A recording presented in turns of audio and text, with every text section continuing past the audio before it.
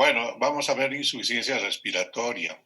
Muy rápidamente, porque esto es un repaso de fisiología prácticamente. La siguiente. Ustedes ya han visto en fisiología cuáles son los pasos de la fisiología respiratoria. Son 3 pasos, ¿no? La ventilación, 5 litros por minuto. La perfusión, también 5 litros por minuto, que es la presencia de vasos sanguíneos, ¿no es cierto? Capilares. Y el intercambio de gases, los gradientes de presión parcial, etc. La siguiente. Bueno, la relación ventilación-perfusión se refiere a alvéolos que contienen aire y vasos sanguíneos que contienen sangre. Entonces, cuando la relación ventilación-perfusión está adecuada, lógicamente hay un intercambio gaseoso adecuado que permite un índice de ventilación y perfusión de 1, ¿no? En cambio, si no están ventilados los alvéolos, lógicamente es 0, y cuando no están perfundidos es 3 o -3.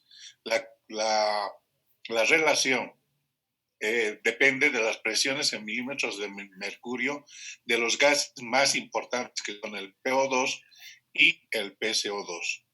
La siguiente.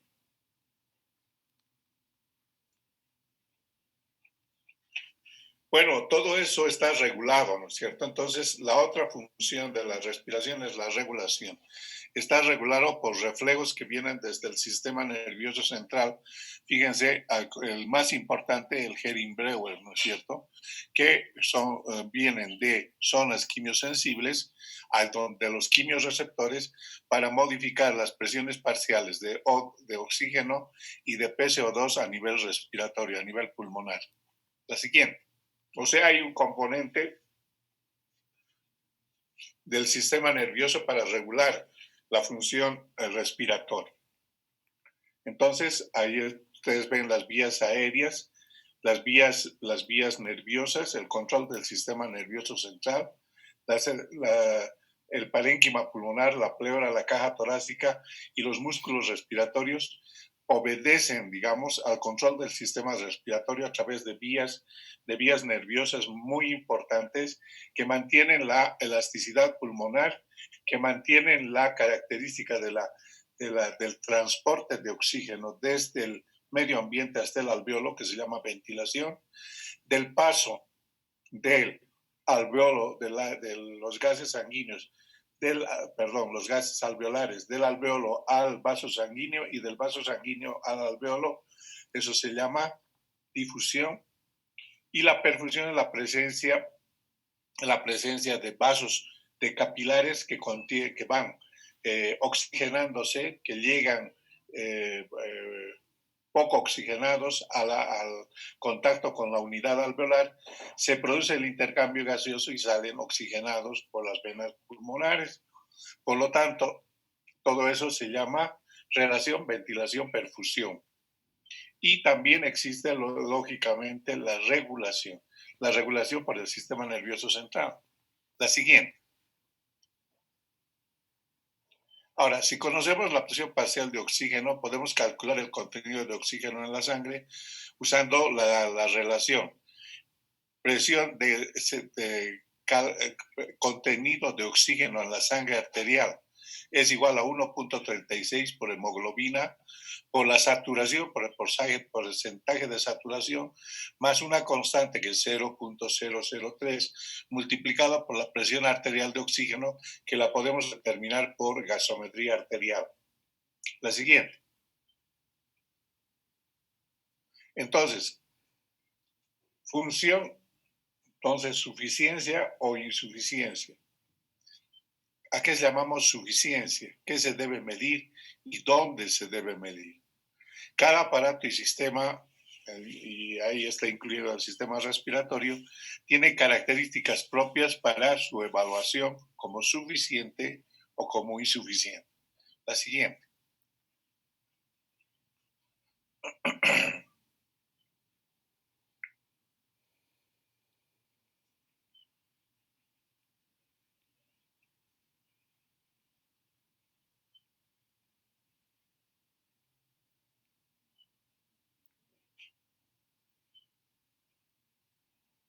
Ya.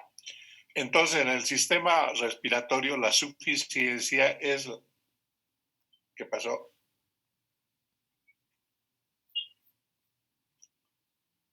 ¿Qué pasa con Anaí? De seguro tiene percances con su internet. Ya lo va a solucionar, yo creo, doctor. Sí, doctor. Ya, Juan Carlos. Sí, doctor, en este momento lo vuelvo a compartir. Se ha cerrado la presentación. Disculpe.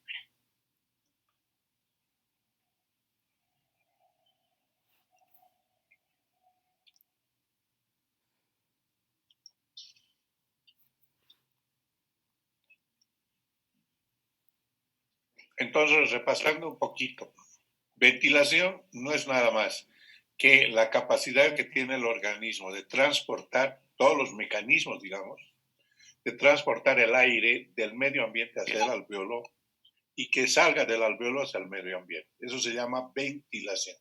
¿Con qué se mide eso? Con la espirometría. El paso de los gases sanguíneos del alveolo hacia el capilar se llama difusión, se pasa por difusión. ¿Con qué se mide eso? Con la dilución del sebón, ¿no? Dilución del sebón. Eso se hace también más o menos como una complementación de la espirometría en aparatos que ahora son ya computarizados. La perfusión, ¿a qué le llamamos perfusión? A la presencia de unidades respiratorias con los capilares totalmente libres, ¿no? Que de poco oxigenados van a pasar a oxigenados. Eso se llama perfusión, presencia de los integridad de los capilares. Entonces, todo eso, todas esas funciones están reguladas por el sistema nervioso central. Entonces, ventilación, relación ventilación, perfusión y regulación. Esas son las funciones respiratorias. Estábamos en la 8, ¿no? Exacto. Muy bien, entonces, suficiencia, capacidad de realizar adecuadamente la función. Insuficiencia o disfunción es incapacidad parcial de realizar la función. Cada aparato y sistema, vuelvo a repetir, tiene características propias para su evaluación. La siguiente.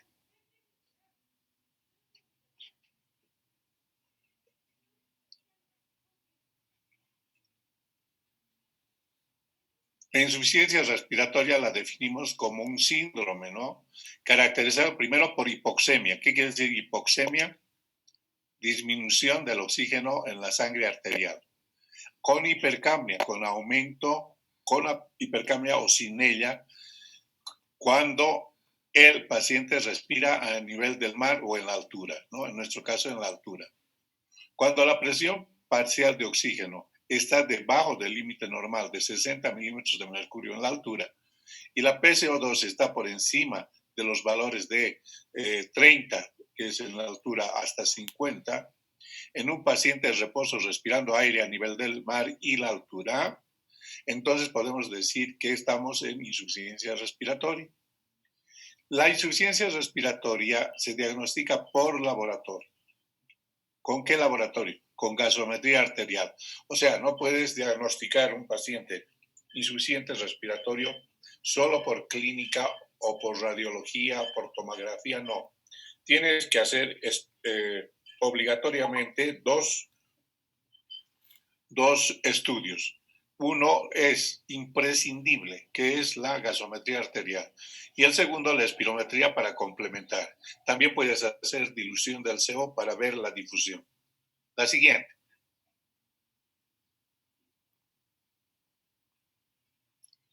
Entonces, los valores gasométricos en la altura son PO2, presión parcial de oxígeno, 60 milímetros de mercurio, y la PCO2, 30. La siguiente. ¿Qué alteraciones pueden haber? Hipoxia e hipercapnia. Pueden darse estas alteraciones a nivel de la ventilación, a nivel de la perfusión, que hemos dicho que ya sabemos qué es, y del intercambio gaseoso, que es ya la difusión. Cuando es a la ventilación, cualquier factor que disminuya la cantidad de oxígeno que llega a los alveolos ya produce una hipoxia o hipoxemia. La perfusión igual, cuando la cantidad de sangre que llega a la circulación pulmonar no es suficiente. Y cuando el intercambio de gases en cualquier se produce cuando cualquier factor que impida la difusión de oxígeno y de hidrocarbono. A nivel de la ventilación, ¿qué factores producen alteraciones en la ventilación? Problemas de la vía de conducción. Por ejemplo, ya hemos visto el asma, hemos visto el EPO. La perfusión, cuando la cantidad de sangre que llega a la circulación pulmonar no es suficiente. ¿Qué factores? Por ejemplo, una obstrucción de la arteria pulmonar, de los capilares pulmonares y de la arteria pulmonar, por un coágulo. Entonces se llama embolia pulmonar. Y el intercambio de gases, la difusión del alveolo hacia el capilar y del capilar al alveolo, ¿qué produce con más frecuencia? ¿Cuál es la alteración que puede producir? En ese caso, hipoxia o hipercapnia, cuando hay alteración del intercambio gaseoso. Un engrosamiento de la membrana alveolo-capilar, es decir, por ejemplo, una fibrosis pulmonar que produce un engrosamiento de la membrana alveolo-capilar y los gases sanguíneos no pasan adecuadamente del alveolo hacia el capilar. La siguiente.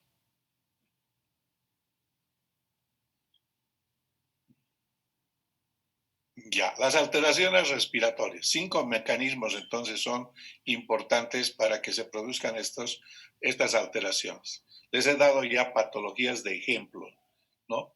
Entonces, ¿cuáles son los mecanismos fisiopatológicos que producen esas alteraciones respiratorias? Primero, la hipoventilación, o sea, la frecuencia respiratoria disminuida. Eso se llama hipoventilación. La limitación de la difusión, ya hemos dicho, obstrucción de la ventilación alveolar. Y discordancia entre la relación ventilación-perfusión, shunts de derecha e izquierda en el corazón y respiración de gas con la presión baja de oxígeno, ¿no? Y el shunt no solamente a nivel cardíaco, sino también a nivel de la unidad respiratoria.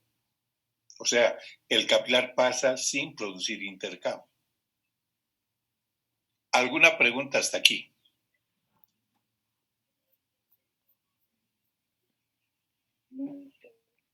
No, doctor. No, doctor. Entonces, la disminución de la presión de oxígeno se llama hipoxia.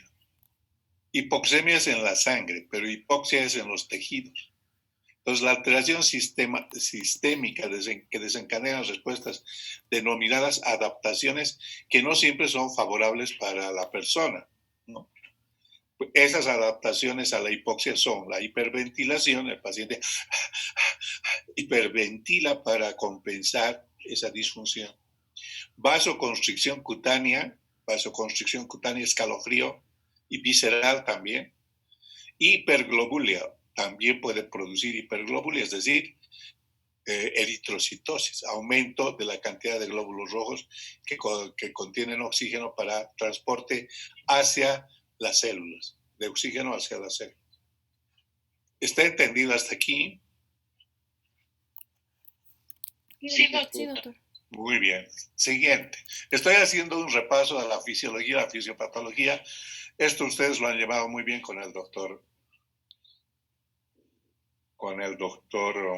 de fisiopato, allá no me acuerdo su nombre. Hinojosa, doctor. Con el doctor Hinojosa, sí. Clasificación de la insuficiencia respiratoria. Se puede clasificar según criterio clínico evolutivo, según mecanismo fisiopatológico subyacente o según características gasométricas, ¿no? Podemos hacer una clasificación en 3 grupos.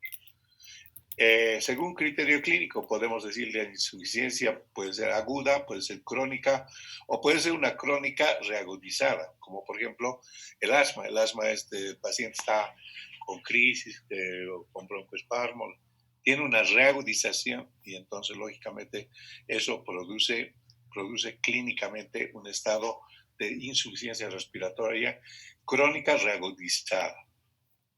Según el mecanismo fisiopatológico subyacente, ¿cuál? disminución de la fracción inspiratoria de oxígeno, la FiO2, el aporte de oxígeno disminuye. Ustedes saben que en el momento de que se produce el intercambio hay un espacio de tiempo muy mínimo cuando se produce el intercambio entre alveolo y capilar. En ese momento eso se llama fracción inspirada de oxígeno. El paciente inspira y para después que se produzca la expiración hay un espacio de tiempo. En ese espacio de tiempo se produce el intercambio gaseoso. Eso se llama fracción inspirada de oxígeno. La hipoventilación alveolar es falla de la bomba ventilatoria. ¿Cuál es la bomba ventilatoria? ¿Quién sabe a qué llamamos bomba ventilatoria? Bueno, es la elasticidad pulmonar en relación a la caja torácica. La caja torácica tiende a expander el pulmón y el pulmón tiende a encogerse. Por lo tanto, hay un resorte entre los dos, un resorte que mantiene el mecanismo fisiológico normal. Entonces, eso se llama mecanismo de adaptación por hipoventilación, por falla de la bomba ventilatoria. Ahora, puede haber alteración de la difusión, ¿no? Eso ya lo hemos dicho, ¿no? La difusión se hace dificultosa. Paso de aire, de gases sanguíneos del alveolo al capilar y del capilar al alveolo por alteración de la difusión. Y alteración de la relación ventilación-perfusión. Y el efecto shunt de derecho-izquierdo, parte de la sangre venosa llega al sistema arterial sin pasar a través de las regiones ventiladas del pulmón. ¿Ya? Y según características gasométricas. Esa es la más importante porque la gasometría te define si el paciente está con insuficiencia respiratoria o no. Por lo tanto, la insuficiencia puede ser tipo 1, tipo 2, tipo 3 y tipo 4. La tipo 1 se llama hipoxémica franca, la 2 se llama hiperbárica o hipercápnica y la 3 se llama perioperatoria y la 4 se llama shock o hipoperfusión. ¿Cuáles son las más importantes que nosotros debemos saber? Las dos primeras, la tipo 1 y la tipo 2, que es hipercápnica e hipoxémica. La siguiente.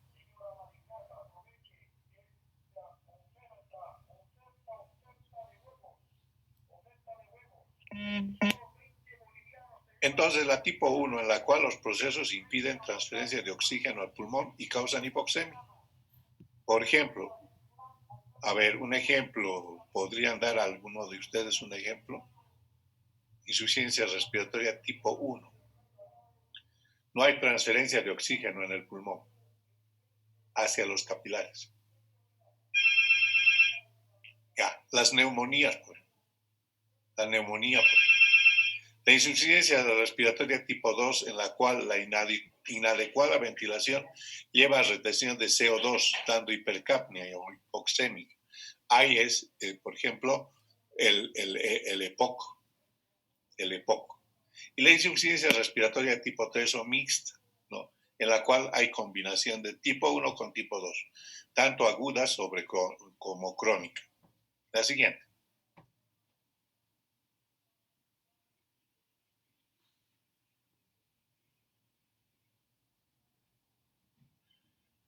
Ya, ¿qué utilidad tiene la gasometría arterial? Les voy a pasar un video ahora para que ustedes vean cómo se hace eso lo hacíamos pues en la práctica, ¿no? Íbamos al laboratorio y ustedes veían cómo se tomaba la muestra para gasometría arterial, etcétera, etcétera. Bueno, no lo podemos hacer ahora, pero lo podemos hacer por video. Les voy a mandar un video, ¿ya? En una gasometría arterial, la presión parcial de oxígeno nos da información sobre la oxigenación arterial y tisular. Para presiones parciales de oxígeno inferiores a 60, la saturación de hemoglobina cae a valores muy por debajo del 90%, comprometiendo la adecuada oxigenación de los tejidos. La presión parcial del CO2 depende de la producción de eliminación de CO2 que se relaciona inversamente con la ventilación alveolar.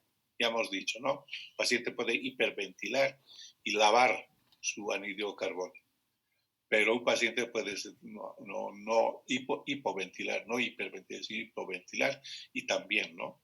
Altera el CO2. la presión parcial de CO2. Y el pH y el bicarbonato nos permite establecer el grado de la compensación renal. ¿Por qué? Porque la compensación renal se efectúa a través del bicarbonato, ¿no? De esta forma, la presencia de bicarbonato elevado nos permite discriminar una insuficiencia respiratoria crónica de una aguda. Cuando el bicarbonato está comprometido, es crónica. Cuando no hay compromiso del bicarbonato, en la gasometría arterial el bicarbonato está normal, es una insuficiencia respiratoria aguda. La siguiente. La tipo 1 puede estar causada por baja fracción de oxígeno inspirado, concentración de oxígeno en alvéolos baja con administración de gas a baja presión y aumento del espacio muerto, ¿no? Y la presión barométrica baja, la hipoventilación alveolar, el impedimento a la difusión de gas en la membrana alveolo capilar y alteraciones de la relación ventilación-perfusión y los shunts arteriovenosos de derecha a izquierda. ¿Cuáles son las causas de este tipo de insuficiencia? Ya hemos dicho, asma agudo, síndrome de distrés respiratorio, neumonía, todo lo que está afectando el alveolo mismo, embolia pulmonar, la fibrosis pulmonar, el edema pulmonar, EPOC y enfisema. La siguiente.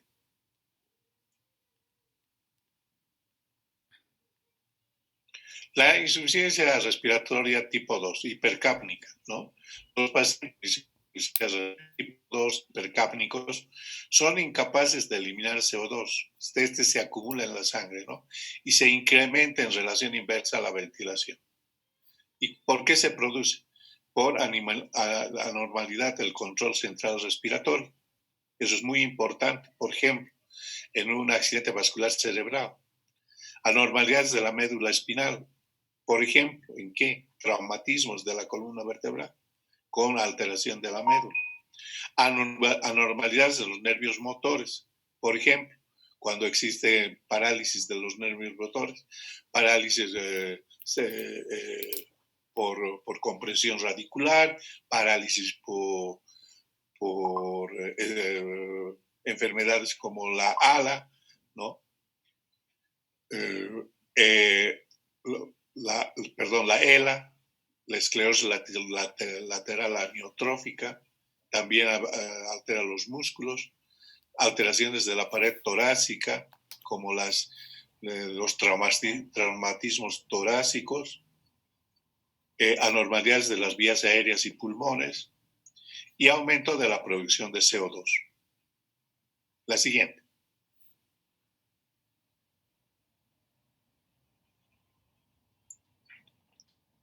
Causas de insuficiencia respiratoria tipo 2 podrían ser mecánica pulmonar por control de la respiración, alteraciones de la perfusión, estructura de la caja torácica, alvéolos y vías aéreas inferiores comprometidas. Entonces, ¿cuáles nos interesan más? Fíjense, aquí está la mecánica pulmonar por control de la respiración, o sea, problemas cerebrales, ¿no? Poliomielitis, síndrome de Guillain-Barré, sobredosis de fármacos, distrofia muscular, botulismo, tétanos, todos esos, los órganos fosforados, o sea, en la emergencia, cuando ustedes estén en el hospital de clínicas, van a ver mucho intoxicado por órgano fosforado y produce insuficiencia respiratoria tipo 2 importantísima. Y de eso se mueren los pacientes. Cuando hay alteración de la perfusión en la insuficiencia cardíaca, en el TEP, los shunts arteriovenosos. La caja torácica, escoliosis, tórax inestable, alteraciones pleurales, la obesidad. Las vías aéreas superiores, obstrucción alta, laringotraqueitis, epiglotitis, sinusitis, ¿no? Los alvéolos y vías inferiores, el asma, el EPOC, la bronquitis, bronquiolitis, neumonía, enfermedad intersticial, atelectasia, edema pulmonar. La siguiente. Bien, ¿cómo se hace el diagnóstico? Ya hemos dicho, ¿no? Ahí estamos viendo la oximetría de pulso, estamos viendo la espirometría y estamos viendo lo más importante que es la gasometría arterial. Esas son las formas de diagnóstico.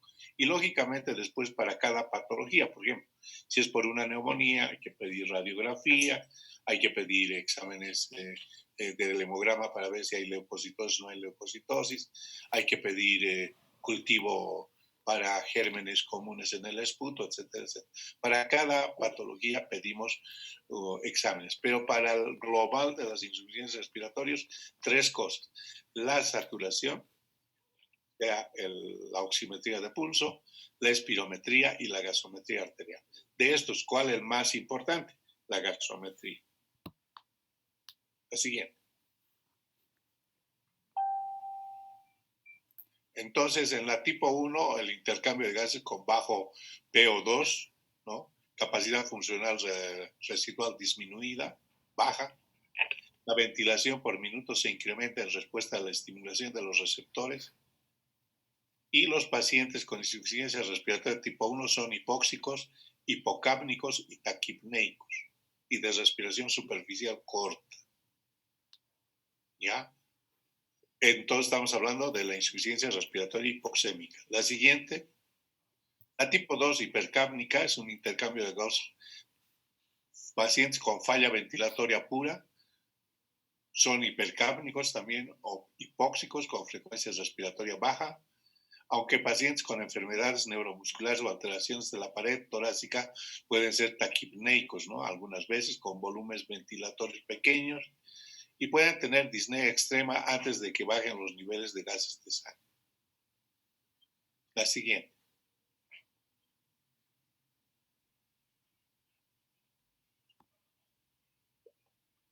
Signos y síntomas: la disnea, sibilancias, cianosis, tos, alteraciones de la saturación de oxígeno, alteraciones del sistema cardiovascular, como taquicardia, arritmias, alteraciones neurológicas que van desde la confusión al estupor y al colapso, desmayo, pérdida de la conciencia, coma.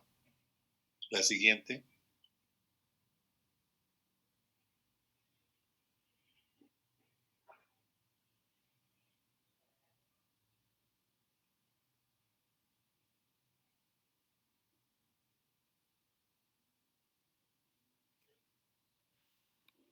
Entonces, la disnea corresponde al síntoma más importante, ¿no? El más importante. La disnea corresponde al síntoma principal, ¿no? Que se observa en los pacientes con insuficiencia respiratoria, sobre todo aguda. Ya hemos dicho las sibilancias, cianosis, tos. Ya, estamos repitiendo. La siguiente.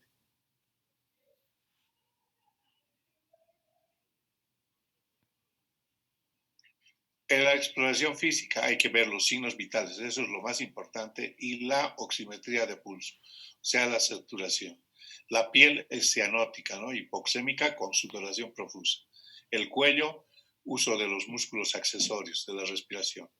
En el corazón, tercer ruido de galope, insuficiencia ventricular izquierda. En el abdomen puede haber hepatomegalia, citis, reflujo hepatoyuglar. ¿Saben cómo se hace eso, no? Se comprime el hígado y se ingurgitan las yugulares, ¿no? En las extremidades hay edema, hay que revisar si hay edema. En el estado mental, la agitación, inquietud en la insuficiencia respiratoria inicial, sobre todo, somnolencia, alteraciones en el habla y alteraciones en la conciencia. La siguiente. Entonces, la hipoxia puede producir hipoxia crónica con poliglobulia y eritropoietina por salida importante de la eritropoietina a nivel de la médula ósea y producir poliglobulia, ¿no?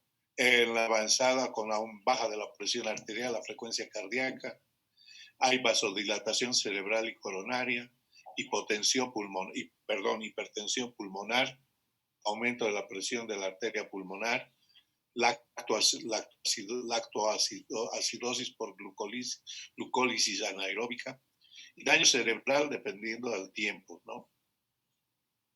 La siguiente. En la hipercápnica tenemos entonces acidosis metabólica respiratoria cuando hay hipercapnia, Hay también aumento agudo de la presión parcial de CO2 con hiperventilación, paciente que hiperventila, vasoconstricción de la arteria pulmonar también. Hay aumento del líquido cefalorraquídeo y edema cerebral.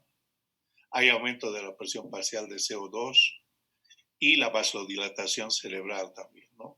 Y puede haber un coma hiperbárico. Coma hiperbárico. La siguiente.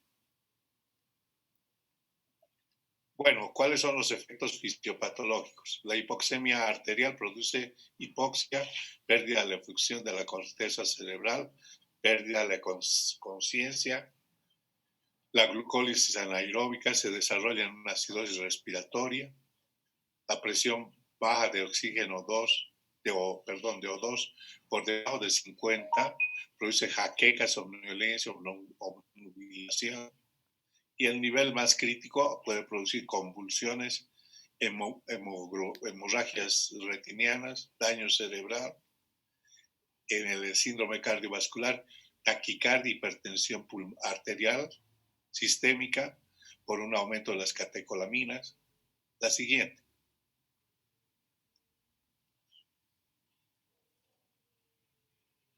Entonces, pérdida de función de la corteza cerebral puede ser ocasionada por la hipoxia, pérdida de la conciencia, hemos dicho.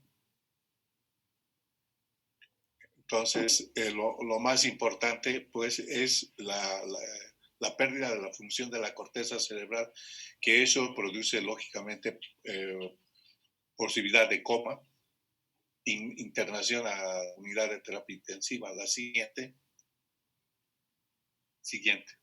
En el laboratorio, debemos pedir, ya hemos dicho, gas arterial, hemograma, urea, creatinina, electrolitos, exámenes bacteriológicos, y en las imágenes, radiografía de tórax y TAC de tórax son los más importantes cuando tenemos un paciente con insuficiencia respiratoria.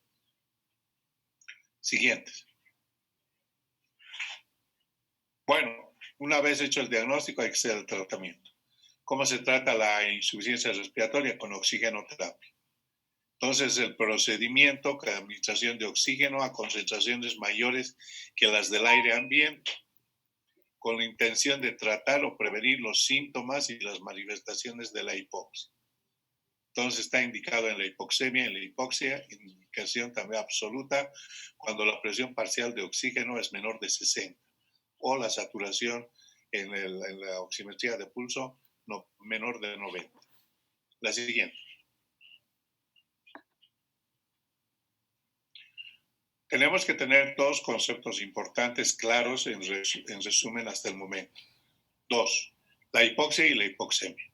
¿Qué es hipoxemia? Consiste en la disminución de la presión arterial de oxígeno por debajo de 60, que corresponde a una saturación del 90% de oxígeno en la sangre.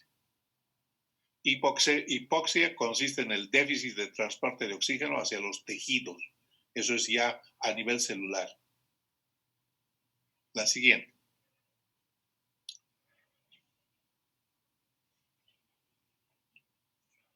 Precauciones y complicaciones de la oxigenoterapia. Hay que, como cualquier medicamento, hay que administrar a la dosis por el tiempo requerido.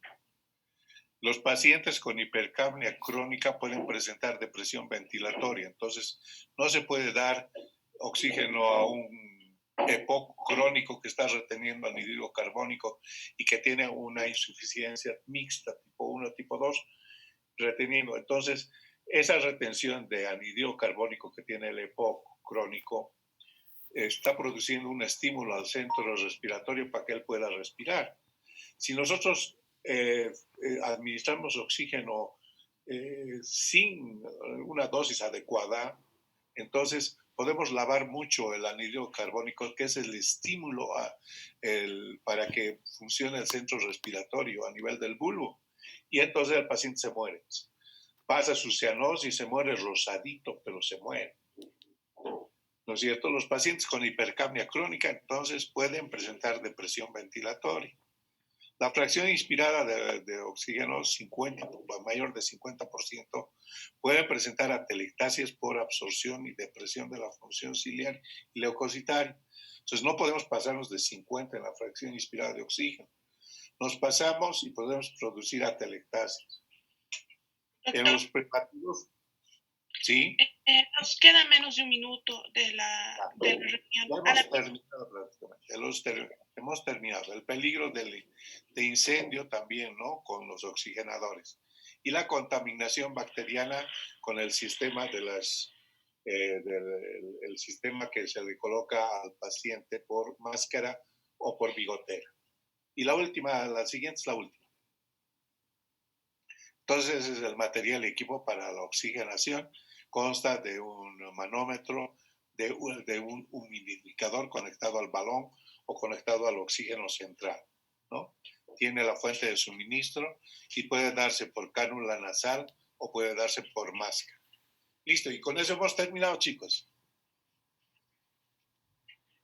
¿Preguntas?